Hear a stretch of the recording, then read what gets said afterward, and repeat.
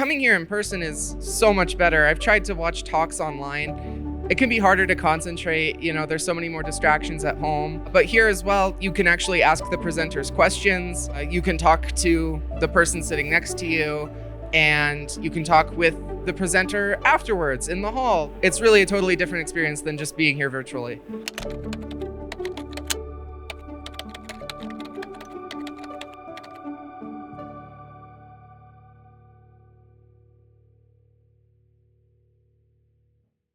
Good afternoon. I'm sure you are tired, but I hope to keep you interested and awake. So thank you for coming. My name is Erez Strauss. I'm a developer, like most of you, I believe. And that's why I want to start with a question to you as developers. How many of you found yourself in a situation that you had an exception, you get to the catch block, and you don't know where it comes from? I think that everyone, including me, found himself or herself in this situation. So how about running just with LD preload and getting the stack trace that is available from the system at the throw location that will help you to identify the location that caused this exception. So this is the goal of this talk, is to show how we can have it and show access to a GitHub repository that will have the slides, the examples, and the running project. So this is the goal. So I think that it's nice because it is helping to solve a problem that every one of us has. So for this, we will need to learn a bit more about what the language is providing, whether it is how the exception handling is defined, and what are the stack trace components are, and how we can inject code into those locations that are important to us, whether it is the throw statement or the catch location, catch block that we are going to execute. And we will talk about this implementation both in Linux, that's the main one, and if someone needs it on Windows, I will show different mechanism that is being used on Windows to do the same or similar services. We will show that there are some other libraries that are doing similar things. They are more focused on printing. I'm more focused on providing the data from the throw statement to the catch block, and to provide it without any changes to the code, if possible. So every one of us is familiar, I believe, with exceptions. We are throwing them using the throw statement. We need to be inside the try block. If not, we will terminate the program, and we will try to generate a core dump. If we don't succeed to have a core dump, because of some system limitation, misconfiguration, and other things, we end up with a non-reproducible bug that we have no chance to reproduce, no chance to understand what happened, unless we have a very detailed logging mechanism, but that's another story. So let's look at example code here. We have multiple functions calling one through the other, and the main start, and we have a stack. The stack layout is from top to bottom, and we are first in main, and then we're calling function A, and then function B, function C. We will see two mechanisms later on that are important to understand with a stack. One is walking the stack, just to search for things or to find the return address for each function call. And this is one mechanism. And there is the second mechanism, stack unwinding, which will remove the elements, will call the destructor of each level, and will unwind the full stack. in most systems, we have two phases. First, okay, I'll get it later on. We'll talk about it a bit later. So what are the good things about exceptions? We have a very compact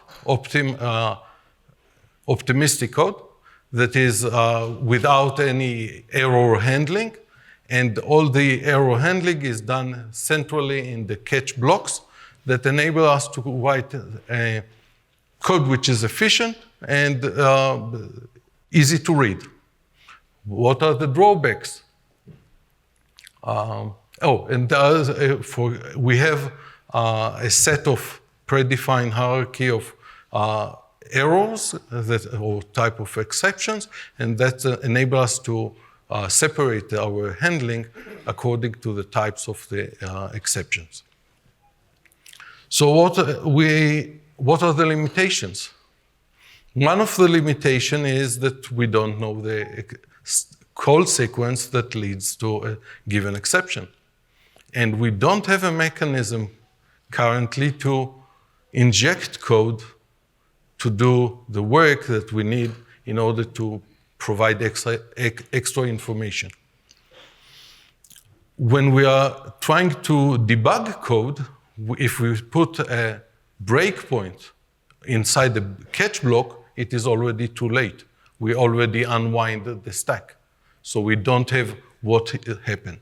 And on the other end, if we put a breakpoint on throw exception, we might end up with too many exceptions and too many times that we are being stopped with the debugger. So we have a problem. How we solve it, we'll see it here. Any question so far? Okay. And another disadvantage is when we are having an unhandled exception, we will throw or we will try to core dump and we might fail, and then again what we said before. So this is another example of the problem. We have a random number generator that gives in the range between 0 and 100, and there's some range in this that we might call, we don't know which one, even if we get the exception and we know the number that was there, we don't know how did we get there. And this is a problem that I'm trying to resolve. So what is the wish list that every one of us has, or if you have more, let me know. I will add it to the list. The list is, I want to have maybe a message, maybe the stack trace, the full stack trace. If it is an exception that we want to add features to exception, we'll see it a bit later. It might be even the source location. We'll talk about the differences between them. And if there are many threads, we might want to have the information from all the threads about the exception handling, whether they succeeded or not.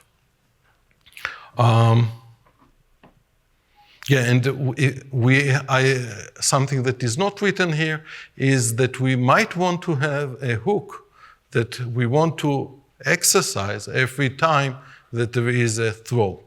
And this is a mechanism that will enable us to do smarter debugging if we have a function that only once in 100 we want to stop inside that exception, we can do a function that make a decision whether we want to do abort or not.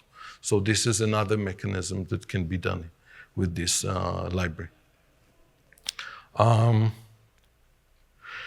Okay, so let's look a bit more about the C++ constructs that are helping us later on. One is the source location. The source location, I give it as an example for mechanism that was added to C++ 20. It is giving us the source location where we are instantiate this with the current function. This structure is implemented in an efficient way from us. It is generated by the compiler as a constant expression, and it has internally all the information about the file name, the function name, the line number, and so on. And this one is not dependent on runtime. It is compile time generated. And here I'm showing just for the users how we can add it to be printed to our liking, so we can just report it from a given location. If you look at this using the current function, when we are calling this report function, it will instantiate the copy with the local location where we instantiated the called function to this report function. So let's see an example how it can be used. And we are saying that the function foo is constructing one element of source location and printing it, and this is the one. And we create one with the current, we instantiate it with current, and we will see that it is there. And we are calling the report function, and the report function is instantiating a local copy for it for the different lines in the code. Okay? So why I'm showing the source location? Because it is very, very similar to the entries in a stack trace. The C++23 stack trace is composed of runtime generated entries, and each of the entries is similar to the source location one. They are named a bit different, and we'll see in a second, a bit more later on, we will see how they are being used and how we can print them too. So any question about source location? Yes, please. In case one of these functions gets inline, is it going to report the new location, or is it the inline function? It will report the location in the source where it was instantiated the call.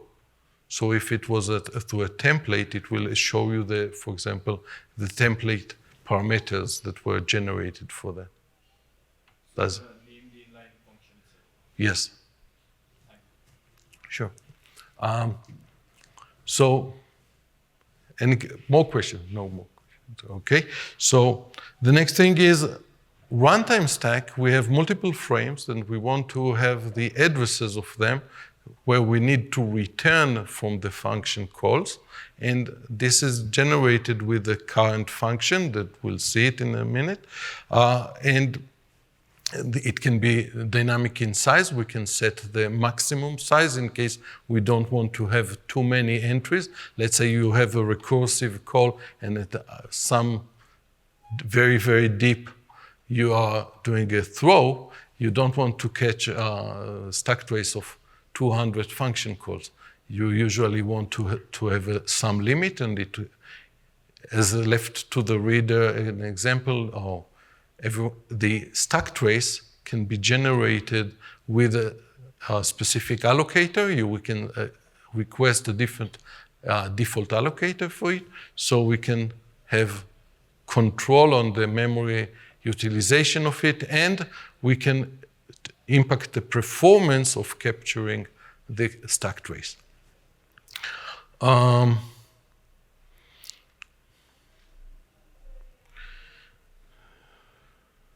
Okay, so the stack itself, we can go, I hope that everyone has the experience going up, down the stack frame with the debugger. It's well known and used.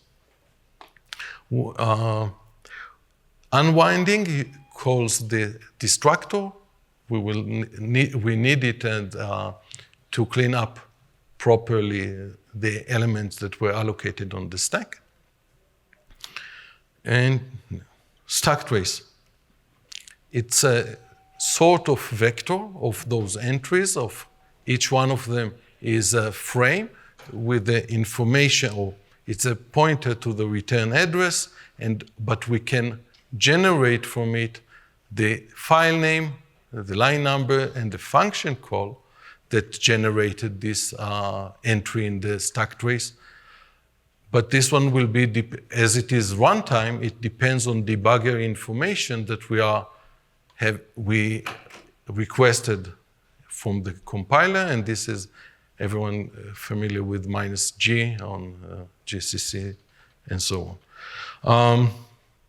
I'll show the current function, return us the current, it goes and check all the entries in the stack frame and collect us the addresses to be returning through. And from those addresses, we can print them and ask line number or file name, and we'll see an example how we can use them. Yeah. Any question on that so far? Okay, this is a bit dense, sorry.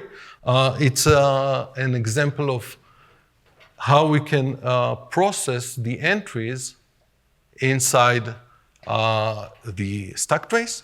And that's it brings us the question whether we want to go from top to bottom or bottom up. Because some of the libraries will print who calls who. So this one was calling this one, this is calling this one, and so on, and we'll see it here. And some will say the last one is the original one, so we want to first to print the last frame and then going backward. So it depends on, I'm sure that it will be clear when you see a stack trace who called who, but it is important to see some libraries choose one way to print it, some libraries are choosing a different way. The stack trace default is to print it according to the reverse order. So we see here that we are printing the address, the frame number. We are seeing the native handle is in Linux is the pointer to the return address. And if it is not empty, we can say we are printing the file name and the source, the line number. And this example is a bit added complexity because I wanted to show indenting of the stack and what are the fields that we are accessing inside every entry. And this one is available and it is working on Linux and Windows. So it's because it is a standard part of the language. Next. So let's define something that is very helpful for the rest of later on, is a context of a location in the code. It will have the stack trace, maybe location, it will have the timestamp, thread identification, and maybe other information. It is open to you to define what you really need. And where can we use it? Any ideas? At the point of throw, perfect. Another location or other place that you might want? In the catch handler to print it, yes. And I can suggest a few more. For example, if you are doing expected, whatever type, the error type can include this. So when you are doing, oh, it's an error, I want to have the context, how did I get this error? But this is a different lecture. It's a completely different, it will have a different overhead. It will, because you need to have efficient move operator and so on, so I'm leaving it for later on. So we have the context will be created with all those elements. And if you need, you can add more information later on. So I have a definition of it. It's the extended context. It has all those things, and we see how it is being initialized with all the mechanisms here of the language. So the goal is to be able to capture it immediately after the statement throw, before we get to any standard operation of unwinding the stack, before we are doing anything. So let's see how we are going to do it. We can do one thing that you suggested, is to add it to the exception itself. If we are doing exception that is inheriting from this context, and we initialize it when we throw that exception, in theory, we got everything that we need, right? Because when we get the exception in the catch block, we will have all the information, and we can print it, we can celebrate partial success. Why partial? Because that will require us to change both the location of the throw and the location of the catch. Both of them need to have some changes. So it won't be as easy as just doing LD preload. Agree, right? So we'll see how we can do it better. So we are looking at the exception handling mechanism that is part of our runtime environment. That environment that someone defined and worked very hard on it. And it is the definition that is being used today in most of the Linux system. I don't know of anyone that is not using it in the Linux environment. In Windows, it is different. In embedded, it might be a bit different, but it is very close to this scenario. So the ABI, which is different than API. API is the programming interface. ABI is the binary interface of the runtime environment. The ABI is defining us that when we are doing the statement throw, actually behind the scene there are a few things. One is allocating on the heap dynamically the exception data, and then calling the function CXA throw that handle it.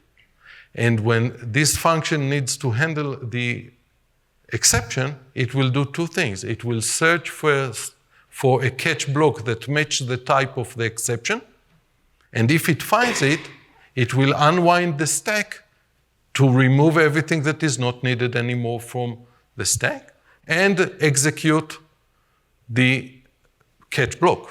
But the catch block, in order to start it, it will call a function called CXA begin catch.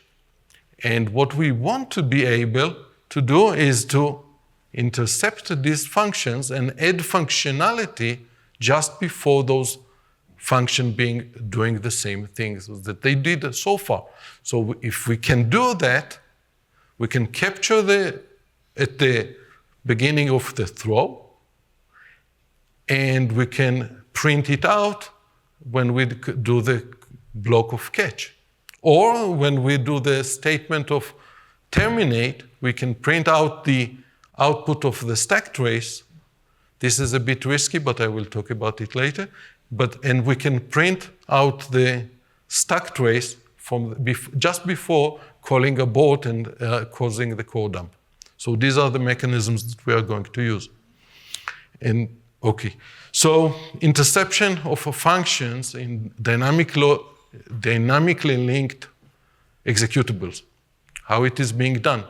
We need to define our own copy of the function, finding the dynamically, using the DLOpen and DLSim mechanism, we need to find the original function that the program intended to use, and then we can do in our function whatever we want, and then we can call the original one.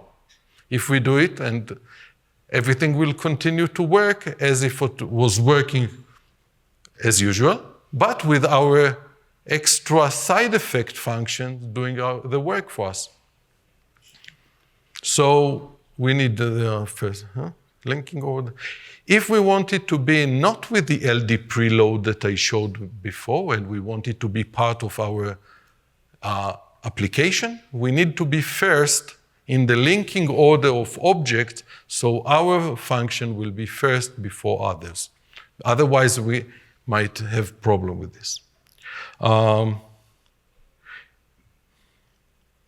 Okay, so let's say what we are going to do now. In order to do the exception handling without changing the code, we need to intercept the CXA throw, and we need to, we don't need to do it because we will call the original one, and it will search for it and unwind the stack if needed, and activate the catch block, and then we also might add our intercepted function of the catch block. So let's look here. So, and one more complexity in our Linux environment, we know that the standards are good, so let's have many of them. For that reason, we have two definitions of the CXA throw function. One is, which is the official one, and one is with a void pointer. And GCC provided it for a long time, and now it is with Clang, it will be using the new one. So when we are writing code that needs to work on both compilers, we need to do one for this and one for this. It will be exactly the same code internally, but the signature of the function is different. So we need to pay attention for that. We'll see the code in a second. We will instantiate internally this context, and we will deliver it. How do you suggest to deliver it to the catch block? Any ideas? Putting it on a thread local variable. So when we are doing the catch, we fill in data into a thread local variable. In the catch block, we can use it.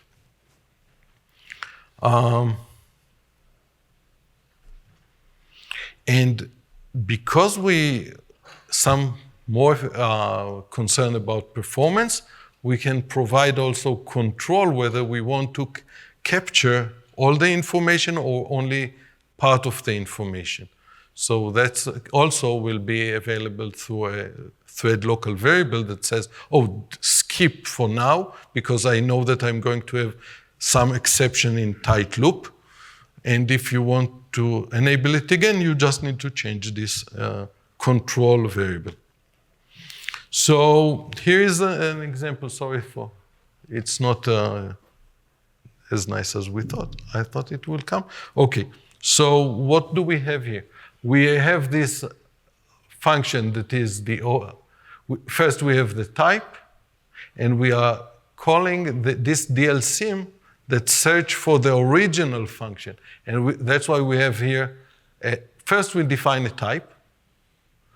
This is a Clang. In a second, we'll see the more generic one. And then we define from that type, we define the original pointer.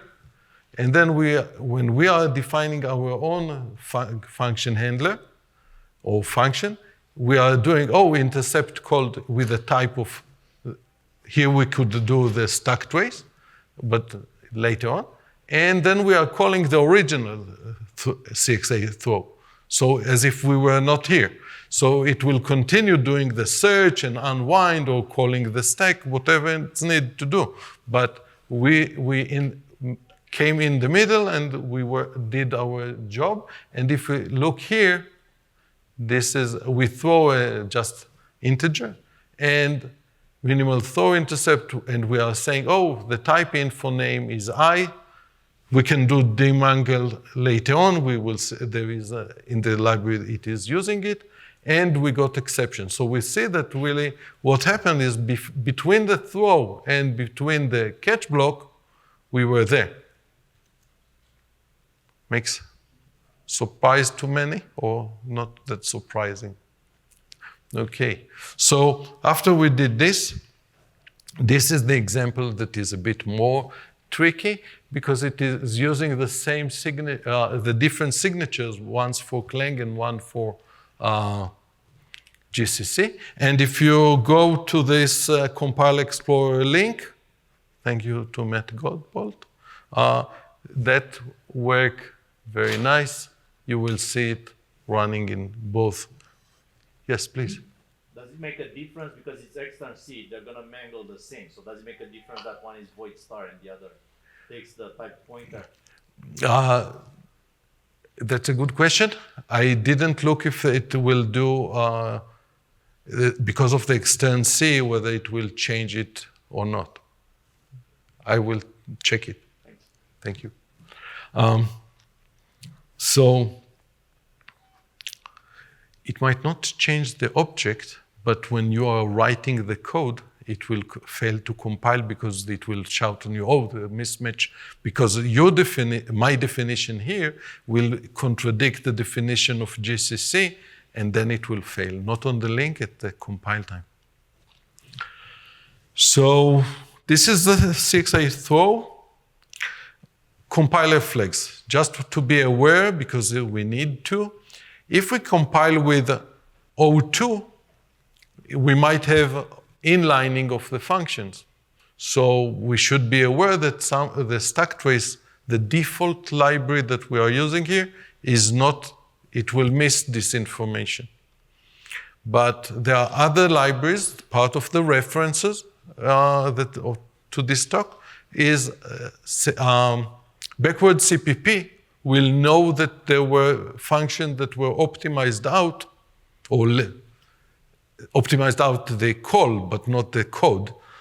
And it will show them printed out well. So that but this is for further work to do this library with their library. -G, without -G, if you want to have a very compact executable file and you don't generate the compile debug information, then the stacktrace will not be able to generate the file name and line number. It will show the function name because this is part of the executable and it is known to it, but it is missing this information. So don't remove it even if it's a release. It is important. As I said, this is for dynamically linked objects or executable. If it is a statically executable, there is a problem to intercept the function because the standard C library is defining it as a strong object and it will fail to link. So that's another topic if someone needs to make it for static executables. Okay.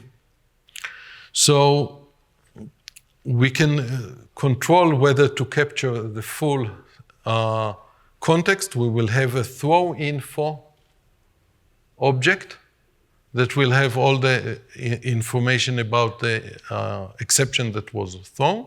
And the idea is that I hope for most of you that you don't have exception through exception handling, because then there are two exceptions and you might lose the information. So in some cases, we need to counter how many exceptions we have in flight during processing. So there is more information that is specific to exception handling.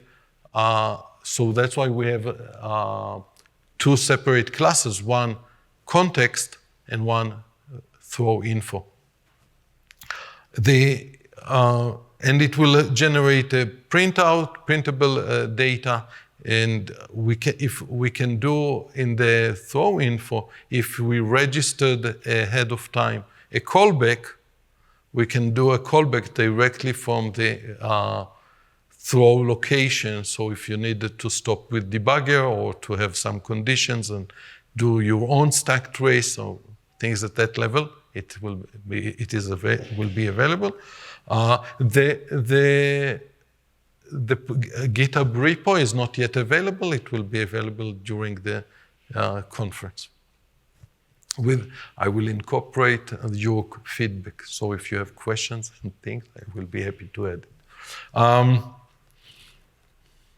And in some cases, we want to do a print directly from the throw location and not wait to the catch block, so we can ask the throw info, do the printing from there and not wait, and because we might have another throw or rethrow, so sometimes it is needed. And if we are intercepting the begin catch, then what we can do is not change the code that we have of throw and catch, and print the stack trace, or print all the information that we have from the throw info just immediately before doing the block of catch. And that's what we saw in the first slide. So this is a bit more complex, and here you have the Compiler Explorer site. You can go there and see it is running, and it is printing the exception and creating the context, printing it. Let's see if I need to go over any of the details. Any questions?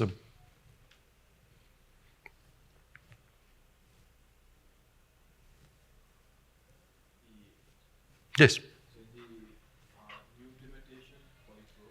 Sorry? The new implementation for the throw. Yes. It's the same throw that you had before, but this throw is, by the definition of the ABI, is translated to the call to the function __CSX throw.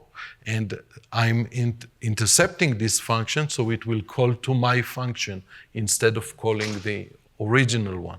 And I capture the stack trace and then call the original one. The extra abort at the end.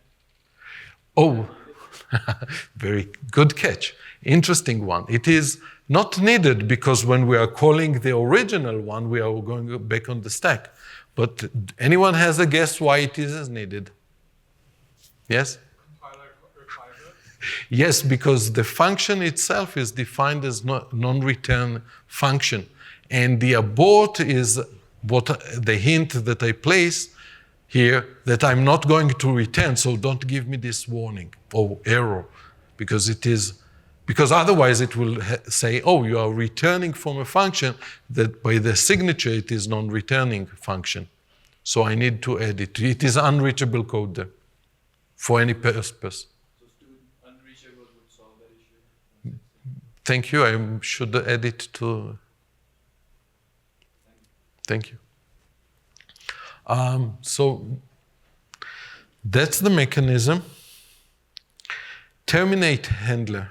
We can use the set terminate with a lambda function that will access the throw info object, or objects if there are many on different threads, and will print it out which one was the bad one and what information killed our process and what was the stack trace. And here I mentioned that it is a bit risky, so I will tell it again. Catching the stack trace from within a signal handler is not always safe. Some libraries are better, some are less. Everyone has the warning there. I didn't. Once everything compiled and worked, it worked for me in both Clang and GCC. And so, yeah, just to remember. And we need to call abort, otherwise it will enter endless loops and will kill your stack. So be aware. And yeah. Okay. Okay. I think we covered all these things.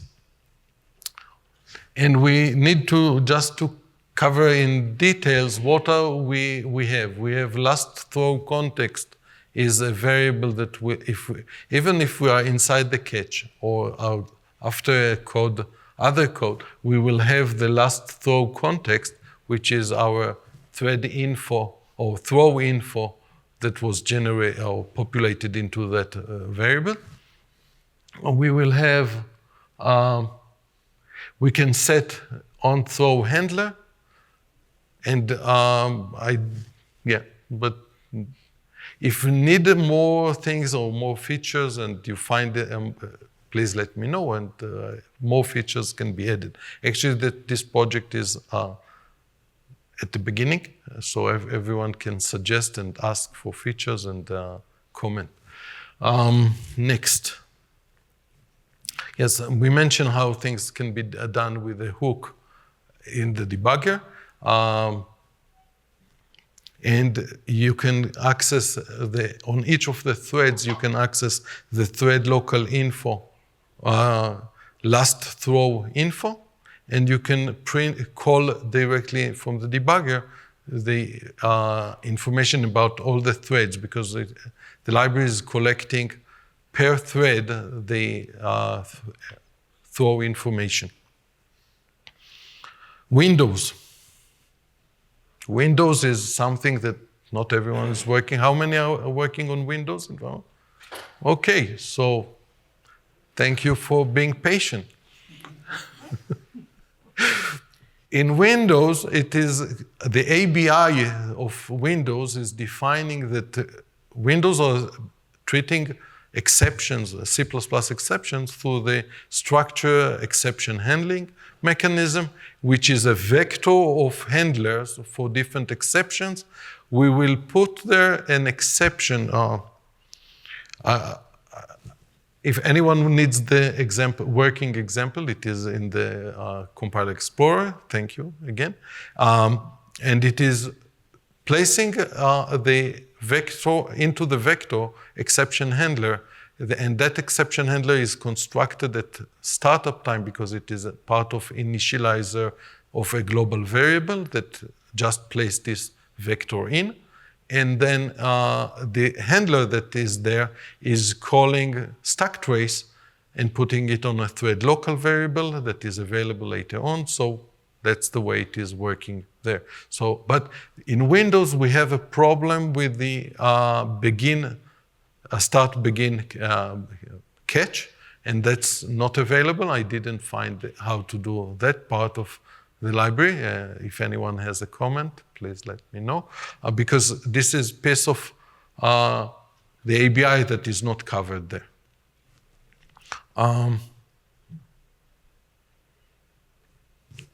Question?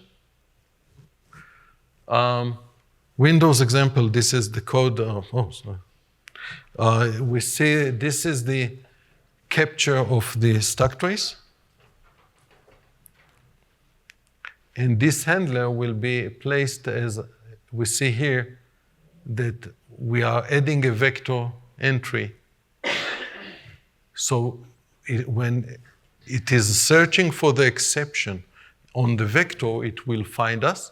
And the important thing that we are saying, we are telling it to continue search even if we did our work.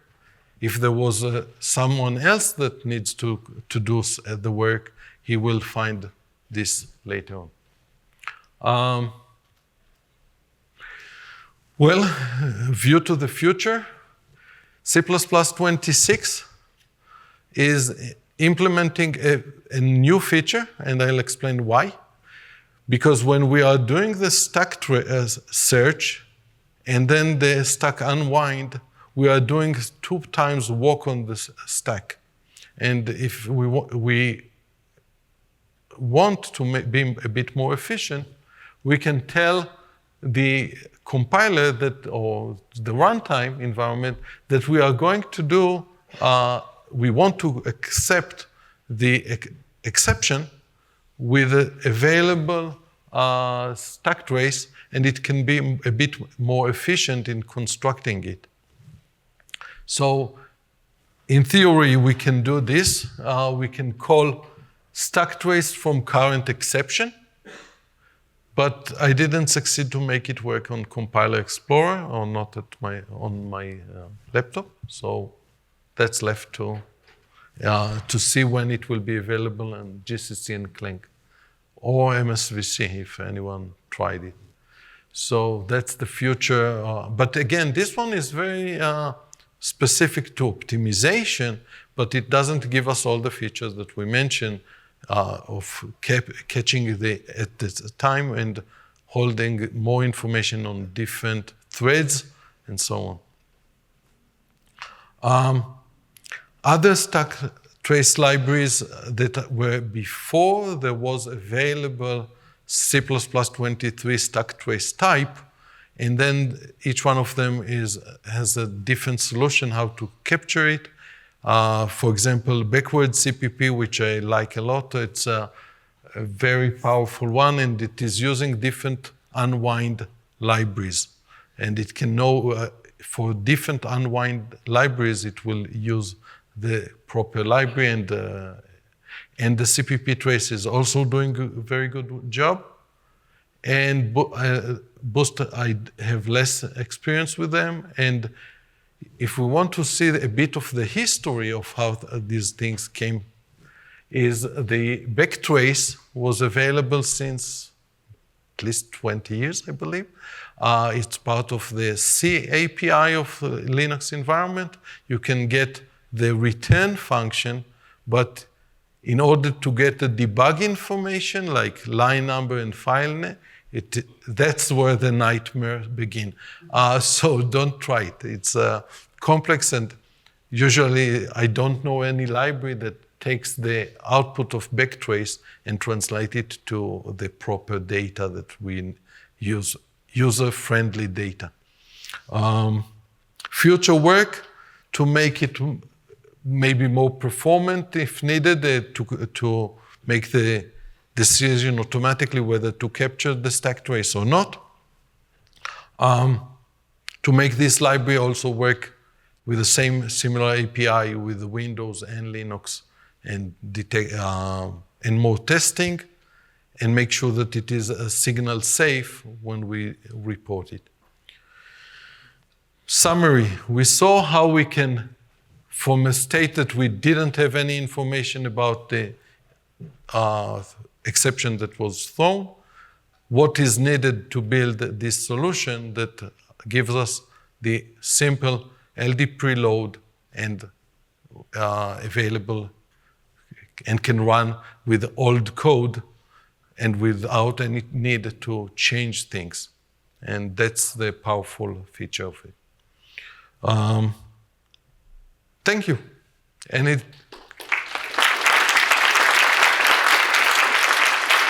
you very much. I'm open for questions and comment and. Do you know what happened if we throw an exception in the CSA throw handler? Throw what? So in the CSA throw handler, what happened if there is an exception thrown from that? That's the case that you have exception in exception in exception, and you have multiple throw still live before, and then we need to handle such cases with the throw library will handle it properly, because it will handle the first block and search for the other block, and it will be a stack of exceptions and they will need to be handled properly. If not, you know what, it will core dump. So it depends. But I mean, somehow in our implementation of the library, we throw exception while we are inside. Could we use the microphone for questions? We get Yes, on the recording? there is a microphone here. Please come to the microphone so everyone will hear. And So, yeah, I'm just curious, if as our library implementation inside the a throw, we use it with something like string or something, we throw exception from that handler. Good, specified behavior.